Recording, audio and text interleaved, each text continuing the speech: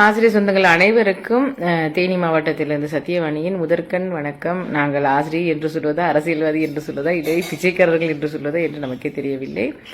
நிறைய பேர் எனக்கு கால் பண்ணியிருந்தீங்க. அந்த ஒரு காரணத்துக்காகத்தான் அடிக்கடி ஃபோன் போட்டு நிறைய கொஸ்டின்ஸ் கேட்குறீங்க. உங்களுடைய ஒரு தெளிவுக்காக தான் இந்த ஒரு சின்ன வீடியோ.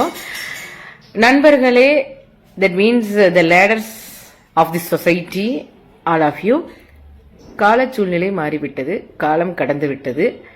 6 மாதத்திற்கு முன்னாடியே சொல்லிட்டேன், அனைத்து அரசியல் கட்சிகளும் தேர்தலை நோக்கி சென்று விட்டன. 2026 சட்டமன்ற தேர்தல் நெருங்கும் தருவாயில்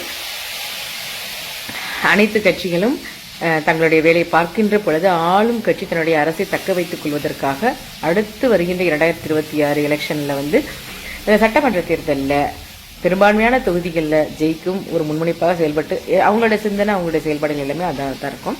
பல்வேறு கட்ட போராட்டங்கள் பல்வேறு தொழிற்சங்கங்கள், பல்வேறு தரப்பினர்கள், துப்புரவு பணியாளர்கள், பகுதி நேர ஆசிரியர்கள், இடைநிலை ஆசிரியர்கள், ஏன் இந்த 149 ஜீவோ எது நம்ம வேணான்னு சொன்னோமோ அதை எழுதிட்டு வந்த ஆசிரியர்கள், டிஆர்பி, இப்படி நிறைய பேர் நீங்கள் போராட்டம் நடத்தினீங்க சென்னை மாநகரில். அது மட்டும் இல்லாமல் பல்வேறு இடங்களில் உங்களோட கோரிக்கைகளை வச்சிங்க, மனுக்களை வச்சிங்க. அதை அரசு பரிசீலனை செய்ததா செய்யவில்லையா என்பது எனக்கு தெரியாது. ஆனால் பொதுவான என்னுடைய கண்ணோட்டம் என்னவென்றால், இனி வரும் காலங்களில் எதையும் அதாவது நமக்கு நல்லது செய்வாங்களா, ஆசிரியர் வர்க்கத்துக்காக நான் இப்போ குரல் கொடுக்குறேன். ஏன்னா அவங்க நமக்காக ஆசிரியர் வர்க்கத்துக்காக நல்லது செய்வாங்களா அப்படின்னா, இப்போ 2340 போஸ்டிங் போட்டிருக்காங்க. 2500 கூட வச்சுக்குவோம், கண்துடைப்பு விதமாக போட்டிருக்காங்க. அது முடிந்து விட்டது. இனி வரும் காலங்களில் ஏதாவது நமக்கு போஸ்டிங் கிடைக்குமா? இப்போ டெட் அனௌன்ஸ் பண்ணியிருக்காங்க. மேபி 2026-27 அந்த அகாடமிக் இயரில் தயவு செய்து எல்லாரும் நல்லா படிங்க, படிச்சு உங்களுடைய தகுதியை உயர்த்திக்கிங்க. டெட்டு இதுவரைக்கும் டெட்டே எழுதாதவங்க தயவுசெய்து டெட் எழுதி பாஸ் ஆயிருங்க.